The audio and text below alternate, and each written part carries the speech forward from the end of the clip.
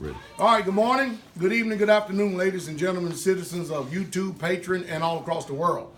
I've asked the Israelites here, not only here in the continent of the United States of America, but also in different portions of the globe, parts of the world, to actually come here and be with us here this morning because we got a message that we'd like to convey to you. And I think that it would help out. Myself and Pastor Corey is going to do present different questions to the people so that you'll see that we are all dealing with the same evil entities, the same spiritual forces, the same spiritual wickednesses that are in high places. When we come this way, we start keeping the commandments.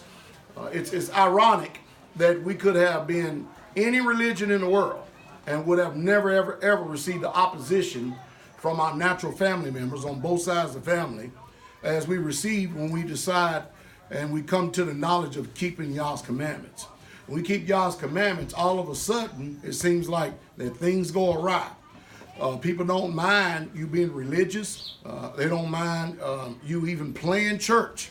But when you become very, very serious about your walk in the Messiah, and you start to make changes in your life, changes in being obedient to what the Bible says, all of a sudden there's this spiritual attack that comes.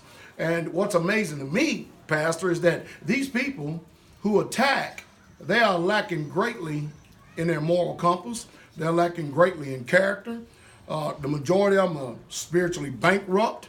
It's just that some way, somehow, all of these people end up disturbing their lives because they decide to actually obey the commandments, get filled with the Ruach, and follow Yah. Now, this is not a problem that's just concentrated here in the United States of America. This is a systemic spiritual problem worldwide, and that's the reason why we're here this morning. All right, so if you would take a scan, Brother Mike, so y'all can see all the Israelites, and they're different from different geographical locations. And when they speak, we'll just ask them to at least one time tell everybody where they're from. And then we'll go ahead and start getting into it to make it easy. We're going to go ahead and make it pretty easy because we're going to address and make some questions out for the saints, for the Israelites. And the reason why myself and Pastor Corey are sitting here, because Pastor Corey is a pastor out there in the Kansas area. But not only that, people also seek him out for his wisdom and knowledge worldwide in itself. So, Pastor, you know that we've been dealing with this for a while. And it seems like, and it's very heart-wrenching. Because we all think that when we come to the knowledge of the truth, that when we give this truth out to people, that they will be excited. Right. Because we want them to experience the same joy that we have. Right. But too many times, more often than not, that's not the case. Why?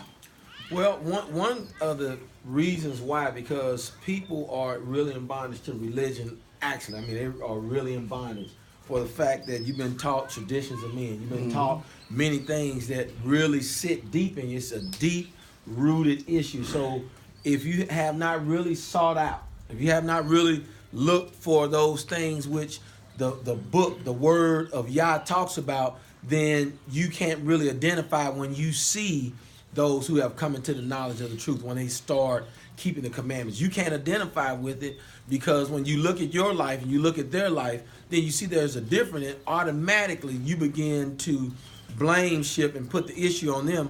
And at that point, they are in a cult or they're in some type of different thing that is not a part of what you traditionally would relate to Christ. Mm-hmm. You know, we're going to ask a couple questions here. We're going to start right here. Can you scan the audience while I ask these questions? Okay, is anybody here addicted to drugs, opioids? Anybody practicing adultery, fornication? So pretty much everybody here believes in keeping those 10 commandments. Yes, sir. Yes, sir. So there you have the testimony of the people right here. We'll start with you, Brother Freddie. Brother Freddie, can you tell people where you're from and then give them the experience of some of the things that you and your wife have encountered over in Germany? Yes, sir. So I'm Brother Freddie from Germany. Since I started, or my house started keeping the commandments, my family distanced themselves. It was not that I initially wanted to distance myself right away. but just because of the fact that we stopped eating pork, we stopped going to family meetings, Christmas, Easter, birthdays, all of that, people started looking at us strange. So I was actually very close with my mom, and it happened to be that after I stopped keeping those traditions, we have nothing in common anymore. So we can't even sit down at a table right now, have a freely open conversation. It's just awkward to be around each other. And then you come to find out that actually the only thing that connected you with those people were these traditions.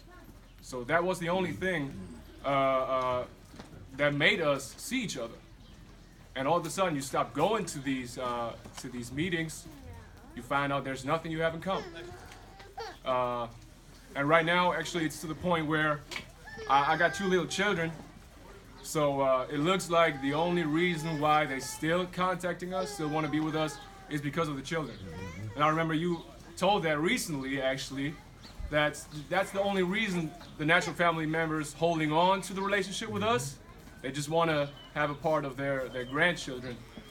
And yeah, it's been a journey, but it's getting more and more uncomfortable the more holier and more set apart we trying to live.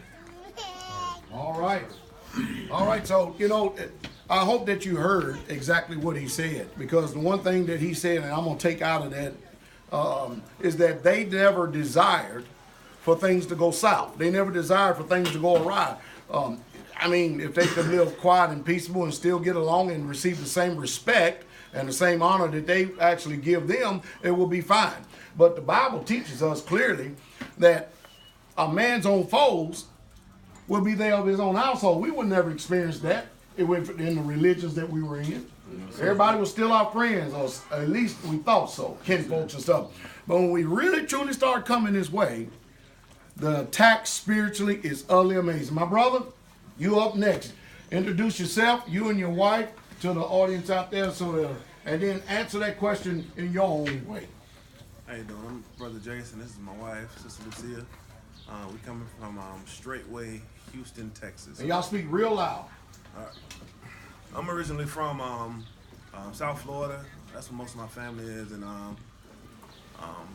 before, I came into the knowledge of the truth, and I was doing the church thing, and it was really cool with them because they really have no standard whatsoever at all. They will go to church, but then they hang out at the clubs and they do the things that they wanted to do, and then it was justified on Sunday. But then when you come to the knowledge of the truth, then you realize that can't be something that the Father's going to stand for. You can't play both sides of the fence at all. And once you choose, once you decide, you're just automatically an enemy. And my family, we was a type. We was already dysfunctional family at first. But once I started to stand for something, I became the topic of everybody's conversation. The only time they would want to call me is when they actually needed something, or they the ones that think that they love me is basically to pull me during the holiday seasons. They would call for birthdays and stuff like that. And now when I stopped responding, it just became heinous. And I have, I'm a veteran, so I got really thick skin, so it's easy. It didn't really bother me at all not to answer the phone or do things like that of that nature. So what I do is when they call, and I just give them what it is. It's it's going to be this way, and there's nothing wrong with this way. They make it like it's I'm trying to kill them or trying to make them do something that they shouldn't already be doing in the first place. So the attitude is very, very aggressive, but to a certain extent, because I just don't allow that kind of stuff from me in my house. So it's just easier for me to stay away. And I got perfect peace now in my house because I do hold the commandments. I do keep the feast days and only the feast days. And it's just amazing. Once you decide, it's not even, what I've noticed in my walk is, it wasn't that I was doing everything perfectly, but once I made the decision that this is the way that I wanted to go, that's when everything changed. So right from the decision, that's when everything happened. So that's been my experience so far. I wouldn't change it for the world.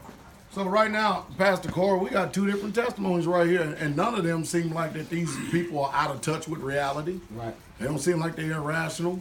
They don't seem like they're very cultic in mindset. Not at all. What do you think about that? Well, one thing that stood out to me, Pastor, was the fact that I thought about what's written in John, where it says, if one says that he knows me and he keep not my commandments, this one, I said, the truth is not in him. That's right. And this one is a liar. And so thinking about that, when Brother Freddie said that only thing we had in common was tradition.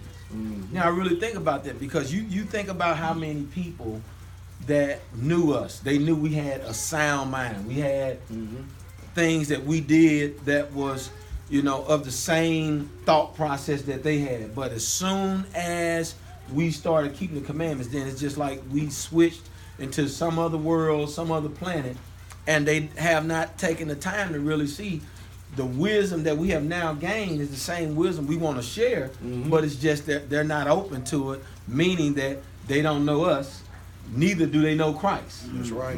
So That's right. that's what I'm taking from this, Pastor, and it's just one of those things that people are going to have to deal with when it comes to entering into those gates. Yes, sir. This next brother right here is near and dear to my heart. All of them are, only because he's more crazy than I am. I mean, after all, they make jokes about people who jump out of airplanes. You understand what I mean? But this one is unique. Everybody knows I'm a veteran, but he's a retired airborne ranger. And what's amazing to me is this. When we're in the world, we're playing collegiate sports, or we're playing professional football, or if we are in the military. Right now, the United States of America has this hero mentality where they're exalting the military. When we're in the military, everybody would consider us a warrior, somebody honorable, somebody to look up to, somebody to actually, have your children will want to be around to be able to learn something, to be able to impart something into them. There's an automatic honor and respect. When we come home, everybody comes around, they want to see us, want to speak to us, want to hear about the stories or some of the accounts that we've been through in life. But then all of a sudden, when we really truly start coming to Christ, after you get finished coming back from the war zone, all of a sudden, all that respect and all that honor is lost. We're over here next to Brother Gideon and his wife right here. Brother Gideon, tell us about that experience about natural family members and the opposition that you and your wife has received and the choice and decisions you have made from that point on in order to keep peace in your home. Yes, sir. It was quite a bit of a change when I came out. Originally, when I was out there hell raising and drinking and stuff like that, it seemed like everybody liked me. I was the highlight of the party. Everybody wanted to be around me and stuff like that. And then when I came out of the world and started, obeying the law, statutes, and commandments, all of a sudden now I'm not so liked no more. Nobody wants to be around me. They look at me. I was told that I was passionately unhinged because of what I'm doing now. Because I love the Most High Yah, and I love what He does for me and my wife. I was never a religious person. I don't know nothing about no church. I never went to churches. I didn't do none of that. But Yah touched me and brought me over here and introduced me to my lovely wife. And she knows more about coming out of the world because of some of the things she did and her family, the things that she went through. And it's terrible. It's just really terrible about how her family has treated her, and telling her about the way she dressed. I got in an argument with her family because of that. And it bothered me to the point where we don't even talk to them no more. Like, we're done. You're done. You're done. And we didn't want that. We went to there to talk to them, not to try to convert them or tell them anything. We're just living our lives or whatever. But then they're going to tell her, how you dress. I don't like how you dress. Like, how dare you tell my wife how she dressed? That's nothing to do with you. You know what I mean? She's doing it for me, and she's showing respect for me, And it's just these people in the world. It's just crazy, man. It really bothers me that you don't like me because I love the Lord. That's terrible. Shame on you. Shame on you. That's all I gotta say. Now, your wife, Sister Bridget, you're a school teacher. Yes, sir. So after this world saw it, they will look at you as an educator, and they will say, wow, come on, first line teachers. I mean, after all, you're there to give positive influence to the students and stuff. And not only that, you grew up religious. Yes, sir. You was apostolic. Is that right? Yes, sir. So you know about the Ruach, the Holy Spirit, and the tongues of fire and the whole 9 yards, right? Yes, sir. Huh. So how was it for you, your experience of negativity that you had with your family, but then also to have someone that is your head that defends you Yes, sir. and your honor? Yes, sir. Well, like you said, I was always a Christian, so my family members always knew me as the religious one in the family. But when I came into the faith and came into truth, and I started changing my appearance and dressing modest, stop eating pork, stop celebrating the traditional holidays, all of a sudden I became legalistic. So now I've taken it to another level. So, as they would say, it doesn't take all of that. And the Old Testament, the laws, they're done away with. So I got that criticism that I was going too far. And when you try to explain to family, you sit down and you try to educate them, they hear you and they say, oh, I understand, but it still doesn't take all of that. So at that point, you have to leave it alone. This is the way I choose to live my life. If you want to call me legalistic, so be it. Yah's going to be the judge in the end. I love my family, but at times you have to separate yourself from them. You try to teach them truth because you want them to know truth. You want them to go to the kingdom, but they can't see it. The eyes are blind. And so for me, I just had to walk away in love. And I said, when you're ready for truth, come. And we would love to sit down and share with you. But until then, we have to distance ourselves. And so that's the way we've handled it. And some family members are respectful. They don't like it. It's obvious. They won't say anything. But there are others that have been very verbal and very opinionated. And the interesting part is when they come to us with these questions and ask us, are we in a cult or do we really know what we're doing? They don't know the Bible themselves. And so the argument that my husband had with one of the family members, when he tried to show them, she wasn't interested. She said, I don't want to see it. So they didn't want to see truth. They are happy with the traditional Christian ways, and they don't want to see anything different. Even when they know, even when you show them, they're still blinded. And at that point, you have to walk away. And so that's how we've dealt with it. You know, Pastor, it's amazing the spirit of Antichrist, isn't it? Because you would think that all these religious people, I mean, these are churched folks. Right. You know, they've been churched all their life, you know. You get it? And you would think that the topic of conversation of talking about Jesus, Yeshua, are you following me, would be a conversation that everybody would just love to have. Right. But as their experience explained here, that as soon as you start bringing up the Bible, these people don't want to hear about the Bible. They come totally antichrist, come totally against it. What said you? Well, Pastor, she is exactly on point when you try to bring to light. I mean, you want to take these folks right there to the scriptures where it's written on the pages, and they deny it. They don't want to see. They don't want you doing it, and they definitely not doing it. And that's where we are, Pastor. It's just that simple. You know what's amazing? We heard Brother Gideon's wife speak, right? Yes, sir. And one of the charges that is constantly levied against us is that our women don't have a mind of their own and they don't know how to speak. Well, she spoke better than all of us so far, you know, especially me. I mean, you can tell she know how to put them words together, and she is conscious in thought. Yes, Isn't that right? So let's go all the way over here to the upper state over there, to the couple that's been married. Y'all coming up on a year, right? Yes, sir. Coming up on a year. Go ahead and introduce yourself to the people out there, and then tell them about some of the opposition that you've experienced, because y'all come from a 7-day Adventist background. Is that correct? That is correct. Brother Dominic. My brother Dominic, coming down from New York, city of dreams or nightmares. And this is my wife's sister Rachel, recently married not too long ago. Our background, both of us actually, are coming from the Seventh-day Adventist Church. Growing up, my family was very religious. My father is actually the first elder of my church that I was at.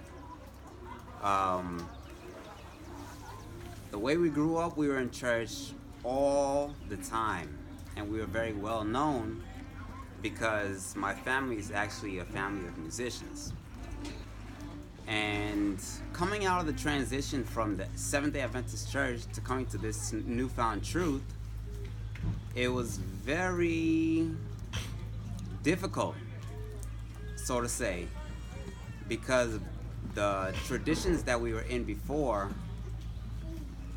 had similarities, but there was always a flaw.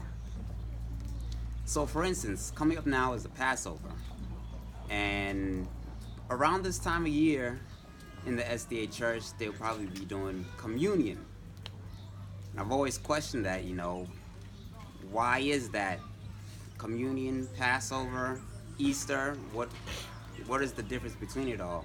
And that was the confusion that I was in the SDA church and coming to the truth. Now, my family coming to this truth, they saw that we were following Pastor Dow, and the first thing that they would do is hit Google, and when you Google something so great, the worst things always come up. So right off the bat, oh, you're in this cult, what are you guys doing? And my brother was actually the first one to come to this truth. So they're just, oh, you following your brother? I don't know what's the matter with you children, And there was a big stigma on Straightway Truth for all the bad publicity that they have online. But we came anyway. We decided, we took the leap. And coming here, it's been so phenomenal. I'll say one big thing is being in the SDA church, you'll never have a family. You will all have your own separate housings, your own separate dwelling places. But as far as having family and a close-knitness, you'll never have it because of the community-based mindset that we have here. Another thing is they do teach the dietary laws and they do keep the Sabbath, but as far as mingling with other religions, you'll see SDA people in any Sunday worshiping church, especially the musicians. Musicians are playing at the club on Friday night. Saturday morning, they're playing at the Sabbath Keeping Church, and on Sunday, they're at the Easter program coming up. I'm sure my wife would have more to say about her experience. My experience coming out was actually very interesting as well too. My father actually is an elder at the church that I last attended, a Seventh-day Adventist church as well. One thing that actually stood out at the church, I was very involved. I was always working with the children, always doing my best to try to be involved, but mostly just to please my parents, not really because I had a relationship with the Most High. So from the moment that I made a decision that I was going to follow the commandments, keep the laws, the statutes, I explained this to my parents to be honorable to them. And one thing my mom actually said to me was, well, you can do what you gotta do, but just come to the church on Sunday and on Saturday actually, and act like you're Seventh-day Adventist. And for me, it was like, no, I'm done with the people pleasing. I would love to honor you, I would love to obey you, but this is a point where I have to cross over and choose to obey the Most High rather than obeying you in this sense. And it's not in opposition, but actually I would rather choose to obey the Most High. So there was a lot of expectation of people pleasing, and they were very frustrated coming, having meetings with me often, even speaking with my husband, then we were betrothed, just asking questions, not understanding. But I would say that's all I have to say. It was just a decision that I made that, I'm tired of the people pleasing. I'm tired of, doing things for other people, but rather actually having a close-knit or actually striving to have a relationship with the Most High and just choosing to please Him entirely. All right, let's immediately go to Indiana here to Brother Samuel. Brother Samuel, of course, you've been with us for a little bit. Yes, sir. You recently graduated college, is that correct? Yes, From sir. Purdue University? Yes, sir. So I wouldn't think that after the world saw it, they would consider you to be a dum-dum. No, sir. All right, a little bit educated there, right? Okay. Of course, you pastor, we just saw again that there's another sister that know how to talk too. Yes, sir. You know, all our sisters seem to know how to do that. You know what I mean? All right. But anyway, Brother Samuel, give us your experience there. Give us your experience. I grew up in the church. My dad actually was a pastor, and so I was always in the church, just like you, just always, sun up, sundown, always in the church, helping, doing everything. So growing up, I had a yearning for the truth. I had a yearning for the Bible, so I would actually read my Bible. I wouldn't stay in Sunday school. I'd be up front with everybody else because the stuff they were teaching in Sunday school was just for babies, and I didn't like it. So the more and more I started studying, the more and more I kept having questions like, if Jesus said that we'd be hated of all men's sake, why is everybody our friend? And just little things like that I never could get answered. And it actually happened my senior year in high school in 2011.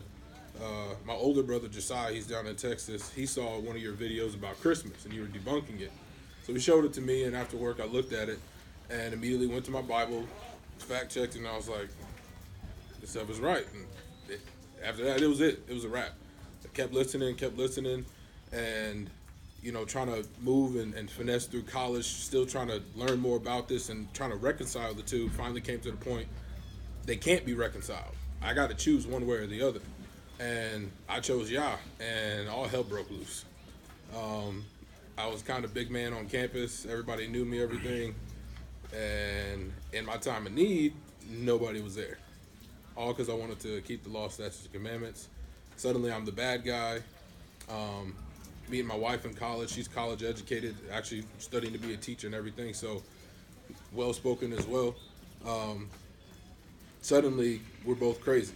Suddenly, because I'm learning to be a man from pastor who's essentially become my father, now they see me as abusive because I'm taking back my place as a man and being a patriarch in my home, because I'm disciplining my son so that he acts right, so that he knows how he's supposed to behave and eventually can take my place as a man and be better than me. But all because my sole desire, even when I was a child, was I just wanted to have a family. And I just wanted to be a good husband and a good father. And now that I finally found how to do that through the Bible that I always read but never really understood, suddenly I'm evil. You know, suddenly I'm oppressive. Suddenly people don't want to talk to me. The family that used to love me being around, always wanted me to help them, always wanted me to tutor them, would come to me for guidance in any little matter. It's like the moment you decide, even in your heart, you don't have to say anything, to love Yah and obey him, just something spiritual happens where they just begin to hate you. You know, a day earlier, they would come to you and wanted to talk to you, and then the next moment where you're trying to sit down and show them the book, they don't recognize you. And you're like, I'm the same person I was yesterday. What's wrong? And like that discerning, that frustration, that this is the best thing I've ever seen in my life. You need to have this, and they don't want it. And for a while, that was really frustrating. And it finally got to the point. I remember one time, my mom, I was off of school for a winter break, and they were going through a Christmas party, and she kept asking me to go. And I just respectfully declined, but it got to the point she just kept pushing, and I kind of snapped. I was like, Mom, I'm not going to celebrate paganism and idolatry. And she actually suggested that I go to this Christmas party to explain to the people at the Christmas party why they shouldn't be keeping Christmas. And that doesn't make sense. How am I going to wreck their party? They're just going to keep having their party. So little things like that, they just kind of coalesce, and it was actually a blessing to go off to college, because for me, that kind of separated me away from them. So I didn't really have to do a lot of separating from my family. And once I studied and came back and would be studying the truth, listening to the pastor, I could come back, and I was that much stronger in the word to debunk anything that they were trying to kind of pull me back into. So for me, especially having a family now, the main opposition I get is from the in-laws. And like you said, brother, all they want is the children. You know, they don't care anything about you. They want those children. And I've learned from experience that it's not that they just want to spend time with the children. They actually want to infect the children with their paganism and their idolatry and the lies and the traditions that they grew up with. They want your children to keep Christmas. They want your children to celebrate birthdays. They want your children to, they want you to lie to your children and then expect your children not to lie to you. That's hypocrisy. And when you stand up against that, suddenly you're evil. When you tell your child, no, you can't have ice cream, you need spinach, suddenly you're evil. I mean, just the little things like that they begin to display in their character, their spirit, that you can discern when it's disturbed, and they're trying to disturb the whole atmosphere to the point that they become militant. And, you know, like you guys, you just got to separate yourself from that. And that's what I've learned, to just secret ourselves away and don't even fuss with them, because it's just going to be a headache that we don't need. All right. Hey, Pastor, we're hearing these, right? Yes, sir. Now, both of us, we've been to this next brother's house, broken bread up there. Yes, sir. Spent some time, slept in his home. Lover of hospitality.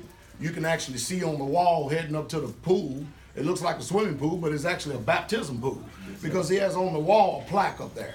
Now, mind you, they have received the same opposition as everybody else has with natural family. Yes, sir. And you can't understand why. It's obvious when, as soon as you step foot on his grounds, on his lands, that he has always had the fear of Jesus. That's it. And he, like many other people here in the ministry right here, has actually lost the family. Not because they wanted to, but because the family said that he was in a cult, and mind you, it started with him prior to actually knowing straightway. Yes, sir. But since then, he has recovered very well. He's had a strong support base. He's very encouraged. He's actually a celebrity out there in the world. Yes, sir. You follow him. He's well known. He's actually in the Green Bay Packers Hall of Fame. And his brother, right next to him, he played with him. Brother Daniel did. Let me see now. Kabir, he played for, I think, 8 or 9, 10 years, something like that. All right, so you would think that this man is very successful, been to the pinnacle of the sport, wouldn't have all this opposition. Right. Because they look like the actual model family. Are you following me? Yes, sir. And as soon as he started really, truly keeping the law, statutes, and commandments, he started receiving problems. Now, for those of you who actually want to check it out, he wore number 94. Brother Daniel, when he played with the Green Bay Packers, he wore number 77, and he wore number 90 with the Indianapolis Colts. So we have people that have been to the pinnacle. Brother Daniel actually played in the Super Bowl, which the Colts at that time did not win that Super Bowl. But he's been to what people call the zenith or the pinnacle of professional sports. And he himself has also received the exact same opposition. But with this case right here, his wife decided to actually follow him, respect him, and love him. Yes, sir. What's been your experience with this man? Give a testimony of his character before we have him to speak. Well, with Brother Kabir, it's been, you know, like you said, Pastor, you know, walking through his house, you know, I saw pew benches with the menorah on them. Mm-hmm.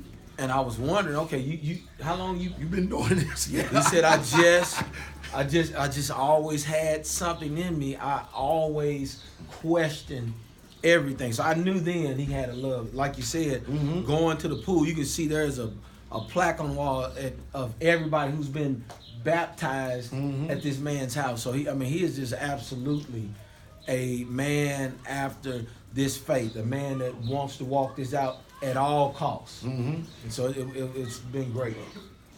So, Brother Kabir, you ever seen a lot of opposition in the world? Not only in the world, because you are sought after speaker and been to many, many different places. But this particular video is about the opposition of natural family members. Can you go ahead and speak to the audience out there to try to give them a little understanding of the opposition that they themselves might experience coming this way, keeping the law, statutes, and commandments of the Most High Yah? Most definitely. So it's interesting. When I grew up in a home where dad was a Muslim, mom was a Christian, and when I eventually became a believer in Jesus Christ, I read something in the Bible where Jesus said that to be my disciples, you have to hate your mother, your father, your brother, your sister, your wife, and your children, and yes, even your own life. And so when I came into become a Christian 17 years ago, being my dad was a Muslim, I remember him, you know, alluding to or just flat out saying that if we became a Christian, and it was kind of weird because mom was a Christian, but that he would disown us, and that's what a Muslim is supposed to do. They're supposed to disown or even kill. It's depending on what country you are. So anyway, I had that fear that and I love my dad. My dad is a good man in the sense of he was a good father, raised me in the hood, and just very disciplined man, and I love him, and I'm taking care of him today. But I had that fear factor that I could lose my relationship with my dad when I came to know Jesus as a Christian. And so I remember that scripture, all these scriptures. And so when I became a Christian, it's something that got to me. I said, how do I not know that I could probably get my dad to come in a way and not say, well, I'm not going to join because my dad's not going to join. I'm not going to go to hell because my dad's not going to go. And so I overcame. And guess what? I have a relationship with my dad. He lives with me in Green Bay. I take care of him. I have a great relationship. He's actually been my biggest supporter. He has not come in the way, but as a Muslim, he's been my biggest supporter right now. Always checking on me, say, "Are you doing okay?" I'm like, "Dad, I'm okay. Just don't worry about me. I'm okay. I'm here." But I came into that way. I had to deal with my mom. My mom was a believer, and she thought I joined a cult. And this is a Christian now. She's a Christian, but I just took it to a whole nother level because I came through.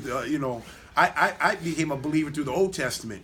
And when I say that, at the time, a lot of Christians kept on pointing me to John 3:16 or the New Testament. I said, man, what's in this Old Testament that they're hiding? So I started in the Old Testament because I thought I was going to find dirt. Well, it was there that I found the grace of God. I figured out why I deserve to go to hell because of all the sin. Mm-hmm. And so when I recognized, I was like, man, I am a sinner. And now Jesus all of a sudden made sense because I was afraid to go to hell. So I ran to Jesus in fear of going to hell and went from fear of going to hell to now gratitude to say, man, what can I do to show you that I love you? And now all those gospels start making sense because now Jesus says, if you love me, you'll keep my commandments. Now, at the time, I'm still trying to understand what that all meant because at the time they said the commandments are done away with. Well, I said, well, I'm just going to take his commandments and just turn it into, well, if it was good for his people, it's going to be good for me. Mm-hmm. So I started keeping I was keeping the dietary law 17 years ago. I wasn't eating pork, but I had to stop eating the shrimp and the catfish and all the stuff, black folks like to eat. And so I just had to stop that stuff. And I remember the first time I said, I'm not eating shrimp anymore. I remember I went to an NFL event and all they had was shrimp. And they had leads, and so I was just eating the leads because that's I was tested right off the bat, So I was dedicated to following Christ. So anyway, now I'm coming to this. So I had to overcome, just being in the NFL. Anybody that played in the NFL, you're gonna have all these people that want to be your friends, uncle, siblings. And so I was very good at saying no when it came to money because they just wanted play money. They call it play money. I don't know it's hard to make this money. It's not monopoly money. You know what I'm saying? So, but I had to overcome that. People thought like I came out of the Bible. So I overcame all this stuff. And I remember when I met my wife at the time, she kind of influenced me in Christ Jesus. And that's how I kind of came into the way, and that's when my parents started like, man, be careful with her and all this stuff. You listen to her, not us, and everything. So anyway, I came into the faith, and I remember telling myself in the privacy of my own heart that I would never have to choose between my wife and Jesus because she's a believer. That's what I thought, right? Mm-hmm. I'm thinking like, man, this is good. So I went from one natural family now to I'm becoming one flesh with my wife, and thought I just would never have to deal with this situation. Well. Y'all had a different scenario for me. 16 years later, 16 years in marriage and 17 years in following Jesus Christ. All of a sudden, me and my wife started getting into some debate about the image of God and man being created in the image and head covers and so I'm just wrestling with this here because now I have a daughter I have to deal with. And I had 6 boys up to this point, and now I have a daughter. I was hoping it was of another boy because I didn't want to have to dealing with a girl. Not that I don't love women, I knew that it was going to force me to have to deal with my wife. And so now I have a girl, and I'm going to be as faithful as I have been with my sons, with my daughter. And so I was like, how I'm going to raise her? And I remember the Holy Spirit just put on me and says, don't raise her like your Christian friends. At that time, that made no sense to me. Christian friends. Where am I going to go? To the world? And so I'm like, hey, God, I need some examples here. And so 3 names that came up: Esther, Ruth, Mary. I said, okay, there's books named after 2 of them. We know about Mary. So I start reading the book about these women, like, wow. And then start recognizing my wife is nothing like these women. And so then I'm starting to say, I want to start raising my daughter more in this thing. And so everything I start reading in the Bible, I've read the Bible like at least 7 times. I stop at 7, but at least 7 times. And at this time, I'm starting to look at certain things about the woman's role. And because I want to raise my daughter for her future husband. I'm trying to raise her in such a way, for Jesus Christ. So anyway, me and my wife is getting very attention, and all of a sudden I had a vision or a dream. And in this dream, God, reminded me of what I told myself 17 years ago, that I would never have to choose between him and my wife. And he says, you have been putting your wife before me. I said, no. And he says, do you lie? I said, Jesus, I love you. I'm talking about trembling in fear. And he says, you will be tested. It was, now I'm saying it like it's kind of clear, but it wasn't that clear. It was just, I just knew that I did something wrong, and just the presence alone, and I would be tested. I remember rolling off the bed. I'm talking about trembling in fear. I called my wife. I said, babe, I know that we've been having some tensions, but I need you to, I said, do you believe Jesus told you to marry me? She says, yes. I said, okay, I need you to follow my lead. Trust Jesus Christ for my leadership. I need you to follow my lead.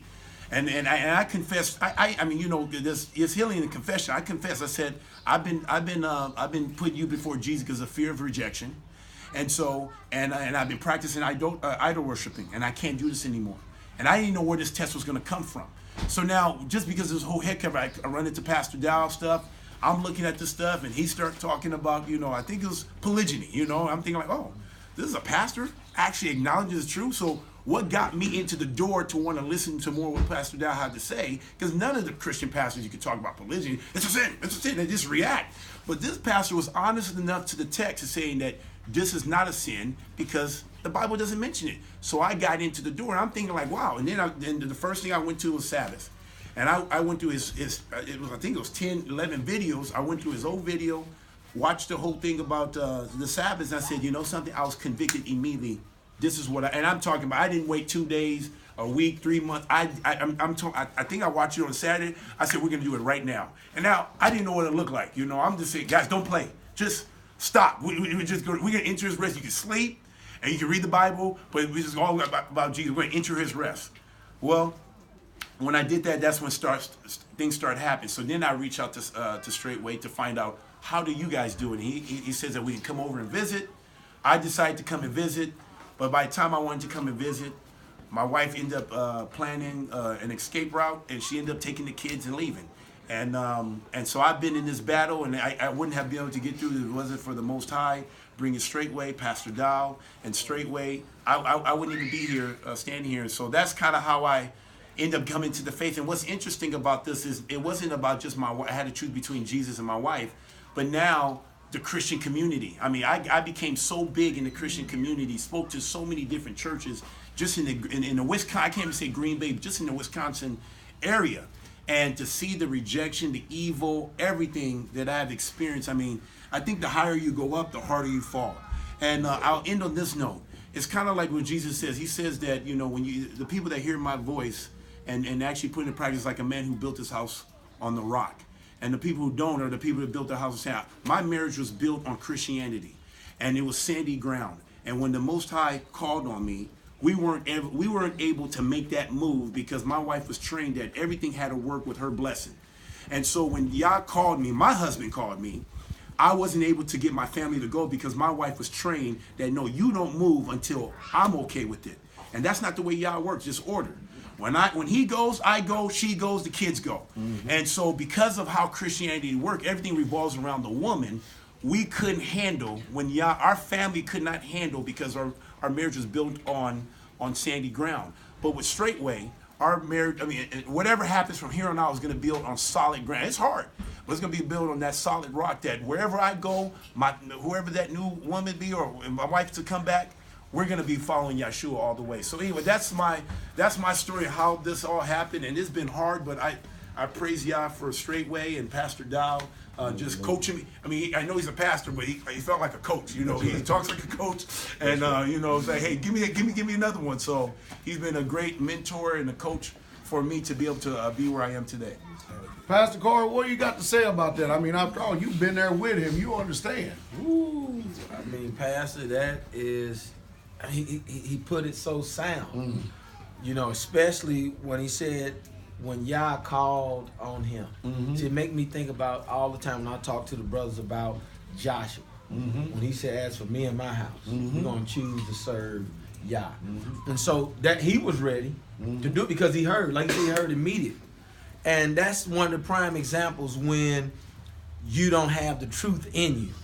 You don't know when the truth shows up at your door, and you can't respond properly as Brother Kabir was ready to do. And it's just a powerful, powerful testimony, seeing that, guess what? You're going to be persecuted in this. You're going to be persecuted for his name's sake. And if you ain't being persecuted, you need to reevaluate where you at and what you are in. Because I don't think you're in the right thing if you're not getting this type of persecution. These are real testimonies.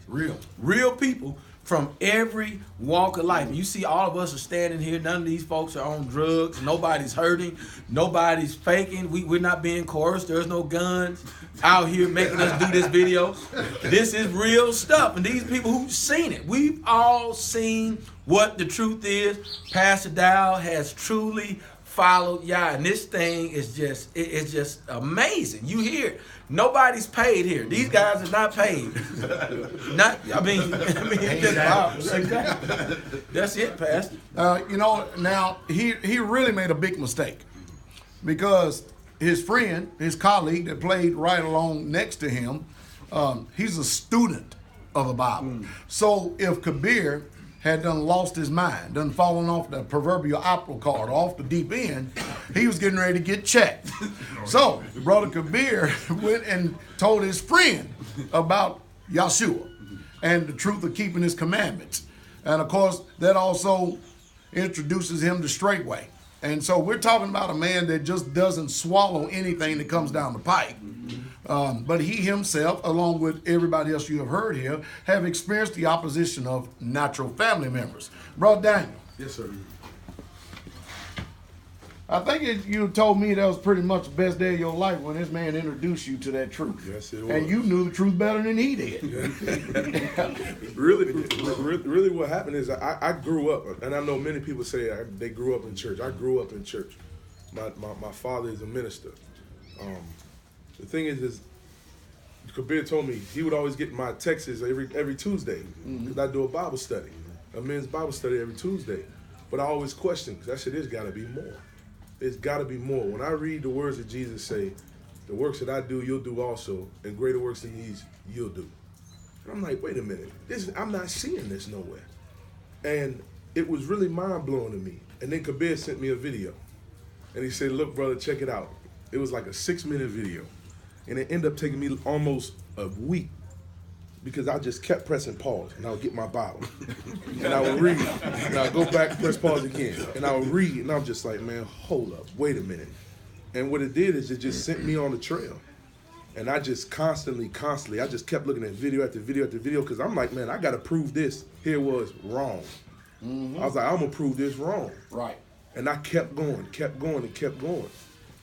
But what started to happen, and this was right around the pagan days that was coming around with Christmas. And at the time, my wife is excited, kids excited, and I'm boiling inside. Because I'm like, wait a minute, I just found out the truth about this thing. And then I read Jeremiah 10 and look, and I see a Christmas tree at my house. And it was just tormenting me. And my wife knew something was going on. And I told her, I said, look, after this foolishness is over, it's a whole lot getting ready to change around here. And she kind of bucked a little bit, but one thing I know about my wife is my wife loved me. The Father heard my prayer from when I was a kid, and I never realized it. I used to see my mom and dad fuss and fight and argue. And as a boy, I used to run in the closet. And I used to always pray, and I used to say, Father, when I get old, can you give me a wife that loves me so I can love her? And that's exactly what he did. And my wife followed me. Now, she came kicking a little bit at first, but as soon as that pagan day was over with, she saw me dragging that Christmas tree out that house, tossing in the trash, ornaments, and all that foolishness.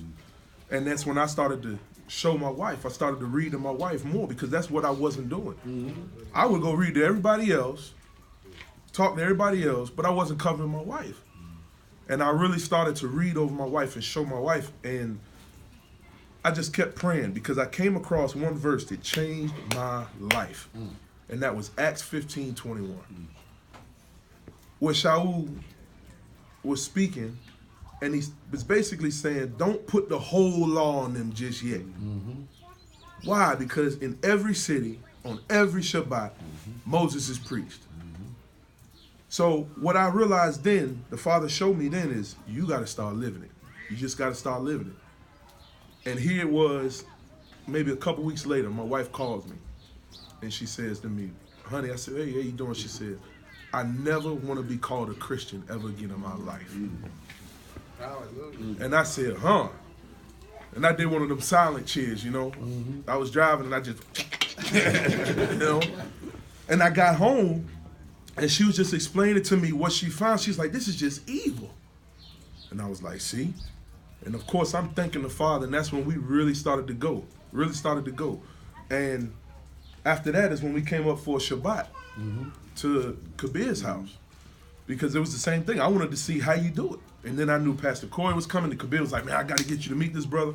Y'all in the same line of work. So I was like, okay, let's go. And I went up, and I never saw nothing like this in my life. I never saw, the first thing I saw and noticed were the sisters. I've never seen sisters who truly love their husbands like this. It wasn't an act. It's not a show. It's total submission. But it's all to the glory of the Father. Because they realize, I want to show the Father I love him. So I got to love my husband. And I started to see that.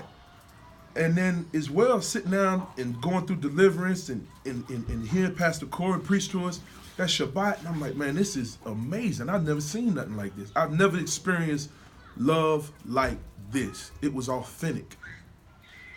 And after that, came back home, and the Father just constantly showing me, look, it's simple. Believe my son, do what I say. That's it. And that's when it hit me again. The kingdom of Yah is like a man who finds a treasure in the field. He goes back and he sells everything he owes. He comes back and he buys that field. I got it. I said, here it is. I'm 34 years old. 34 years old. And I know men who've been in church 40, 50 years, 70 years old, and don't know the answer. Here it is. I'm 34 years old, and I have the answer to life. Hallelujah. It's answered. And I'm like, and the thing that blows my mind is, I'm like, and I keep going back to hearing y'all say, the Father's just not dealing with him. Because I'm like, don't y'all see this? This is the answer to everything. Just obey. That's it. And I appreciate it. And the reason why I definitely appreciate you, Pastor, and I appreciate this ministry is because you're dealing with men here. You're not dealing with no cowards. When I was in the NFL, I hated being around them coaches that would say, oh, you're doing a good job, but then go upstairs and tell them how you was terrible. I had a defensive line coach in Indy that didn't like me. And he told me flat out, you suck. And I appreciated that. Because at least he told me the way he felt. And when I got down here, I understood that even being around more of the brothers just these last couple days is, they gonna tell you what it is. If you messing up, they gonna check you. And this is what I need. This is what I need. I need brothers like that that can tell me honestly, hey, that's a good job. Hey, bro, stay away from this. Brother Claudio, we went up to Green Bay. My son was playing with that Pokemon stuff. Brother Claudio came over to me and said, brother, you need to take that out of here. And they said, go look into it. And it wasn't no kicking and screaming. It wasn't like, man, who was this? No, I took it out of there. I went home and I looked into it and got rid of it because I saw what it was. And it was really just that. And now that I could truly say I'm walking in the truth, first thing is getting ready to happen is I'm getting up out of these wicked cities. That's what's getting ready to happen now. Me and my wife is just speaking about it again. So we can get us some land somewhere and get out of these cities and be around the saints of the Most High. And I'll leave like this too. Lastly, is my wife for literally like the last year and a half. She just kept saying, I need to be around my people. I need to be around my people. She said, I don't even know what that means, but I need to be around my people. And she kept saying that. And here it is. We're around our people. This is exactly what it's supposed to be. So I thank you, Pastor. I thank Straightway, and most importantly, I thank the Most High. How have you dealt with the opposition of family? Yes. Yes. I was speaking to my mom. She told me, I will never read the Bible with you ever again. Because I started to question these things. I said, wait a minute. You got to question. Look, Yeshua said, the Pharisees and scribes sit in Moses' seat and teach you to observe. He says, see to it that you observe and do. Do. The key word do, not say, because that's what Christianity does. Say. Do. He says, but don't do what they don't do after their works. Right? So I'm sitting there, I'm like, well, immediately, what did I do? I looked up Moses' seat. What does that mean? Where is it? I found out they still have it. When you sat in that seat, you had to be speaking them first 5 books. And he said, do it. So when I started to bring these things to people, obviously, they kick and scream. Why? Because now you know you got a choice to make. This thing it's not sneaky. You got to make a conscious decision whether you're going to obey or if you're going to rebel. Bottom line. And once I started to understand that sin being the transgression of the law, sin is the law is the knowledge of sin. Okay, keep the law then. It's that simple. Because of what his son has done for me. So I got the opposition from my mom. I was praying with my aunt one time. I said, Yeshua. She said, it's Jesus. In the middle of while we was praying, I said, I'm saying the same thing, all right? But she got mad at me. But, I just, most importantly, at the end of the day, the biggest thing is live it. Let our life show who he is. Let our life show who he is. That was the biggest thing for me. We're going to go across the pond again to the Netherlands. That is right, isn't it, Brother Case? That's correct. Brother Case, the Netherlands over here. Brother Case, you've been with us for a while. Been on quite a few videos. What type of family opposition, if any, you have received by following the way? Well, since I don't have any family or believers, basically, or any friends, I would say 99% of my family and former friends were non-believers. So when they found out, they thought, well, that's really strange you choose this, but we'll see and we'll go away. And I was just continuing in the faith and looking and learning. And they were kind of, my parents were kind of like, this is really weird. He's really seeing this through. And they kind of get pissed off and irritated every time I talked about it. So I will quickly stop talking about it. And because they knew at the point that when they go completely against me, I will be gone, and that's it. So they were kind of like, okay, we don't want to make a big fight because we probably don't see him again. So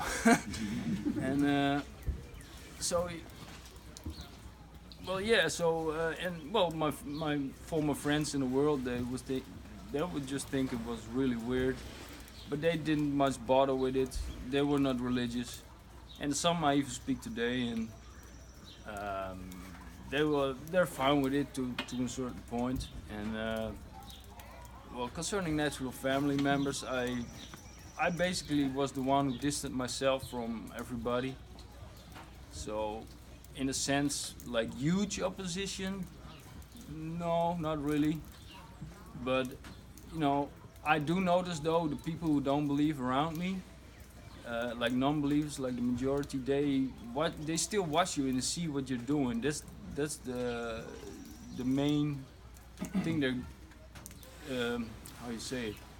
Like you're not a hypocrite. So they're gonna really watch you, even though they're not believers. They say, okay, they let you go, but once you go back, then they got you. They say, oh, he was not real.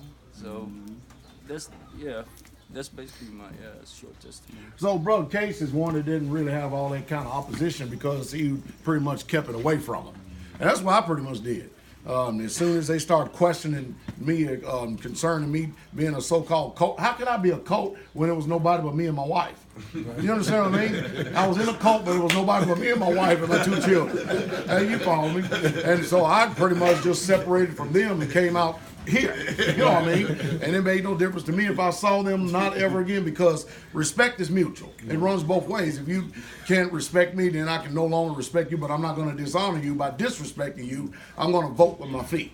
What do you say, Pastor? Yeah, I mean, you're exactly right, Pastor, in the fact that just hearing all the testimonies, you know, I'll share this quick about the church we was at. We was at Word Revival Church. You know, this guy had churches on satellite church all over the world. And we had an issue. There was this guy, quote unquote, supposed to be a pastor at the church. And he was taking money from the members. You know, he was pretending to get in business or whatever it was. And then he's a pastor, you trust in him. And so we had an issue where we took it to the church. And one of the care pastors said, just pray about it. And I said, no, the amount of money that's in this, Right. it ain't too much prayer. We need to get to a solution. So they didn't want to do anything about it. So Sister Gabby got on Facebook and started blasting them out. 5 minutes, we get a call. So we meet with them and we tell them, look, here's what it says in the Word. I got an alt with this brother. I went to him, nothing happened. So now we're coming back to you, and you don't want to go to him. We're not following the Word. Why are we not following what it says here? And they never did anything. So in that's when that turned our mind to know that the church is not following the book. There you go. And so in that, when you start showing people, you're giving them testimonies, you're showing people exactly how they are off in their belief. They just don't want it. And so I'm like you. I just, whatever, like my brother Sylvester that just came, I told all of them, I said, man, look, this is what I'm doing. You don't have to do it. I don't care what y'all do, but I'm going to be doing this till the breath go out of my body or till Yahshua comes. And that's where I'm at. And this is what we're about. So if family don't want it, they don't have to have this, because we know we're in the truth. We know we're in the truth, Pastor. So we got a couple more here. We're going to go ahead and finish this up here. But again, Kabir strikes again. He strikes again, and he's talking to a friend who just so happened after the world saw being an engineer. Now, you know, to be an engineer in the world, you do have to go to school for a long time, and you have to have some type of wits and intelligence about you, right? Yes, sir. The reason why I say this, and I consciously make some type of theater of this, is because they think that everybody that actually obeys the word has lost their mind. We don't have a mind. You understand what I mean? So we'll go back here to Brother Calvin here for a second. Brother Calvin, you're an engineer, and not only that, you're a biblical teacher. You're a biblical teacher down in Florida, and you teach. So, have you received any opposition, you or your family whatsoever at all, or even in your own home? Of course, of course. If you give me leave. Sure. All right. I grew up in New Orleans, Louisiana. My mother was Catholic. My father was Baptist. How that mix, I just don't know. I guess it don't. So growing up as a young man, grew up in the projects, very humble beginnings. You know, I had, you know, I remember doing novenas and the St. Joseph altar and all that with my mother, and then my father. We had a family church, which happens to be the oldest church for black people in the state of Louisiana. It's called the First African Baptist Church. So I grew up in the church, literally grew up in the church. But Yah had a different way for me to go. Got into the Air Force, did a little bit of traveling. And so because of that, I kind of loose ties with family at that point. So when it came down to it, I mean, after the Baptist church, I went to the Apostolic Church and finally ended up in the Assemblies of God Church. And they just knew me as, oh, he's doing it again. You know, he's off onto something different now. Okay, so, which was a blessing, because when I came into a greater knowledge such as what we have here, it wasn't a shock, because they knew I was moving. Right. They knew I was progressing. So, you know, being who I am and the type of person where I was always kind of breaking from the mold, you know, it wasn't a big shock. So come down a few years ago. I'm up in Green Bay working at one of the engineering companies up there. We design boats. We design naval vessels. You know, nothing lightweight. And I meet Kabir, and we start talking. We became accountability partners for each other. Remember that? Yep. Yes, sir. And we kind of keep each other in check. We keep in contact with each other. Wherever, it doesn't matter where I am. I know he's in Green Bay. He have to call, where you at now? He might have to do that with me, but that's fine. But 2012, I made the fatal mistake of reading the Bible. It's a fatal mistake. And I got this revelation. My initial understanding was not Torah. It was not anything other than the kingdom. That's the revelation that the Father chose to give me at that time. And I started talking to all the people in the Assembly of God Church and Kabir, and it's like everybody's looking at me crazy. You know, you ever heard that term, looking at you like a cow at a new gate? Oh, man, it's like... You say the gospel is the death, burial, and resurrection. This book says that the gospel is that the kingdom is at hand. Am I going to believe you, or am I going to believe what's written here for 2,000 years? So, you know, it caused me to have to break from even the AG church at that time. Because when I started to come up with questions, I had no answers. You know, you're my pastor, you're a deacon along with me in the church, or you're a minister along with me in the church, and I come up to you with a question of what it says, and you have nothing, silence, crickets, right? So, okay, well, all right, I got to walk this path alone, so that's what I did. So I'm down in Florida. Yah has blessed me to be able to go from so far Canada down to South America, preaching the gospel of the kingdom, and I'm proud to say it. Death, burial, and resurrection. There's nothing wrong with that. That's in there, okay. But if you want to know what Christ preached, he didn't preach his own death, burial, and resurrection. He preached the kingdom. So that's what I do. Well, come down a few years later. Well, I'm studying, and I need to look into this, and it says, seek ye first the kingdom of God and his righteousness. I've been seeking the kingdom for a couple of years now. Well, what's this righteousness? Righteousness, right? Okay, got to jump into this. And when I saw that apart from keeping his commandments, you have no righteousness. That's right. It revolutionized my world. It revolutionized my world. A few years later, talking to Kabir. Hey, we're having some problems at the house. I'm in Seattle at the time, and I'm heading back to Panama City, and we decide to make a route. You know, there's a quicker way to get from Seattle to Florida than going through Wisconsin, right? So, but we went through Wisconsin. My brother's having a problem, and turns out the day, you know, we had been talking steadily to both. When we get there, it turns out that's the day she had made her exit. I don't know, did she move it up a little bit because she saw we were coming? Because she didn't want to confront me. She didn't want to confront me. Your wife. Yeah, really. So we get there, and it's like, okay, Pastor Dow, I got to check this joke out. I'm sorry, you know. I don't know this man. So I started watching some of your videos, and I saw that you came from a kingdom background. In some of your earlier videos, I said, you know, this man is on to something. I got to look at a few of these things. He's preaching righteousness, and I had to tell Kabir, you know, I have no judgment against this man. There's nothing but he's solid in the word. He's teaching. Not only is he following the commandments, but he's teaching others. He's not going to be little in the kingdom, okay? And he has a community of people that he's pulling together around him in the idea of righteousness. I have no judgment against this man. And then we came here. We came here for, what was it, atonement. Tabernacle. Was it tabernacle? No, the trumpet.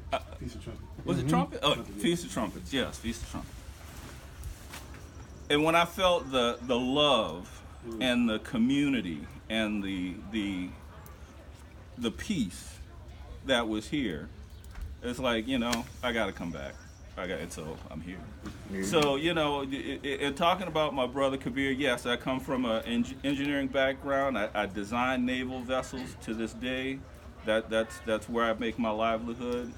You know, and having been one that has been called to preach the true gospel, when it came to Kabir, I couldn't tell him that this is not a place where he should not fellowship, where he should forsake fellowship for any reason, because there's too much of the foundation of truth and righteousness here for me to turn anyone away. You know, do I? My family still doesn't understand me. They never will, you know, until they come to a knowledge of the truth. But they recognize that I've always been on the forefront of a lot of things, and never been really a lagger in any of those things. If I get a whiff of something being the truth, I'm gonna sniff it out. You know, that's just the way I'm made.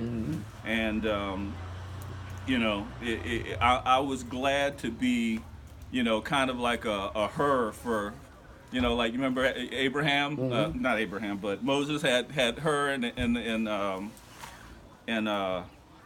Aaron on one side holding his hands up. I was glad to be that for Kabir, and to help him to walk through this very difficult transition that he's had to go to.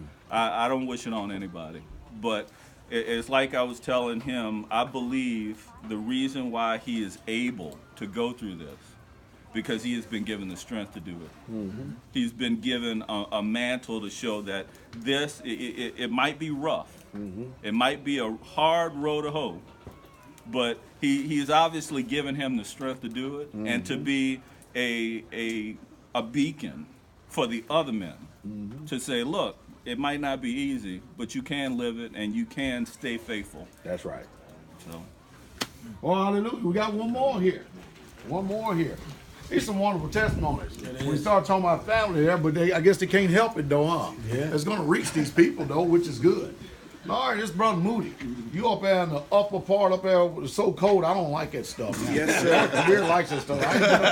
I haven't been up there since 98, and I ain't planning on going back either because it's too cold up there. Yes, sir. But anyway, my brother, the first time you and your family, y'all finally made it here. Is that yes, correct? Sir. Thank you for having us. You made it. You're welcome. You're welcome. So how have you and your family have fared since coming to the knowledge of the truth of keeping the commandments? Well, I didn't come from any religious background. My wife did. She comes from a traditional Catholic family, and boy, did they make up for it. You know, there was a lot of opposition.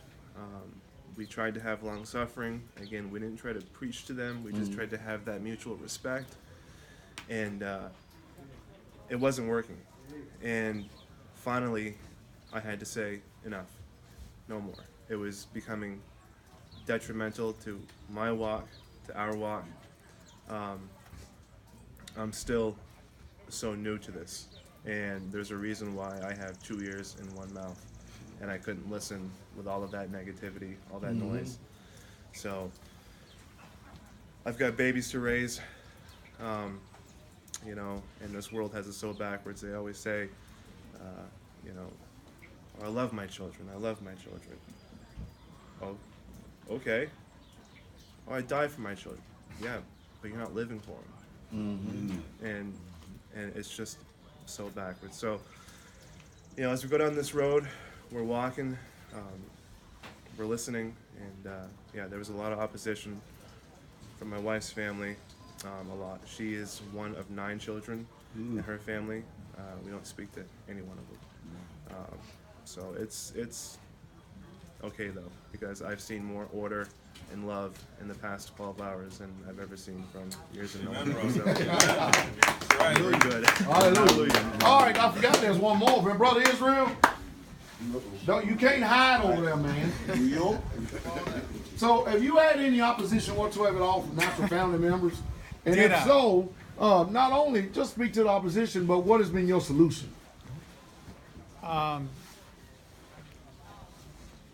My biggest opposition was my own wife. You know, we grew up Power Pentecostal. We've been married 22 years. We were the we were the, how you say, the first lady and first man, as they say, in the Pentecostal faith. You know, we were known among, I say the upper echelons in Pentecostalism, and even pastored a church for some time. And but I knew there was more. I knew there was more, especially between my wife and I. She always used to tell me, "Why do you bother these teachers with these questions, especially about Christmas and Easter and all these pagan holidays that they have out there?" And they never had an answer for me. It was just something they did. It was called, my favorite word, tradition. That was my favorite word. I said, well, I don't agree with that. But anyway, neither here or there. But as far as opposition, it was my own wife. And literally sitting down with her and going verse by verse and explaining to her the process of how we came from here, from greasy grace, to being righteous and honoring the Father. And we have to do this. We cannot. My only jeopardy was to I want to ensure that I make it. And it's my responsibility to make, at that time I felt it was my responsibility to tell you at least the truth of the matter, and then you can make your own decision from that point on. It was at a point where I was about, if it didn't come to pass, I was going to leave my wife, to be honest. Because I can't. I just can't. When you come to this level of truth, the Father presses upon you to make a choice. Either you honor me, either you honor me, or you don't. Amen, brother. Amen. That's it. It's a 1 and a 0. That's it. That's it. And I had to choose the 1. That's it. Hallelujah. Well, I tell you what, I can't help this, but I got to hit here. Brother, you told me that you two almost got divorced. Yes, sir. Is that right? And now look at you. Hallelujah. Now you're following him. Is that right? Yes, sir. Do you have any issues or trouble following him now that he's following the Most High? No, sir. Why? Because I delight in it. I find it a joy, and I love to do it. You talking like that and you was just getting ready to get divorced? What? That's Samoa. That's good. Yeah, you're from the island of Samoa, right? Yes, sir. And now you're in love with your husband. I do. You follow your husband as I your respect head. him. You respect him. Yes, sir. Oh, you mean the RESPECT? That one. Hallelujah. Ain't that beautiful, my brother? I wouldn't give it up for anything. Nothing at all, sir. All right, so Pastor Corey, it's been real. Yes, sir. And they're freezing out here now because we've been out here for a little bit. Yes, sir. And that just speaks to the love that we actually have going on here. Listen, everybody out there, this is not a bash family member session or something like this. You've got to hear heartfelt testimonies. People who actually love their family, love them enough to tell them the truth. Paul said in Galatians 4:16, "Have I become your enemy? Because I tell you the truth." And no doubt we become people's enemy, not because we wanted to, but they chose to become the enemies. Because we have stood enough to tell them the truth. All we would ask is that you at least respect the people and their choices and their decisions as being adults in a civil society. But not only that, at least have the spirituality to open up that book and not be afraid of it, and prove all things and hold fast to that which is good. Check it out to see if it's so. Pastor Corey, I'll give you the last word. With all that's been said, Pastor, I encourage everybody who watches this video, share this. I want you to sit down and really make sure you understand where the testimonies are coming from. These are coming from the hearts of men and women who did what the book said, and that's sell everything, put everything down, get rid of all the things in the past, and do all that you can to follow the only one you need to follow in this day, and that's Yeshua HaMashiach, Jesus Christ, because we know that he has given us a way and a salvation that no other man, no other being can give us. This is powerful. I just hope that you really, really sit down and be encouraged behind this, Pastor. Thank you. All right, with that, we bid you all shalom. Shalom, shalom. Most I be with y'all.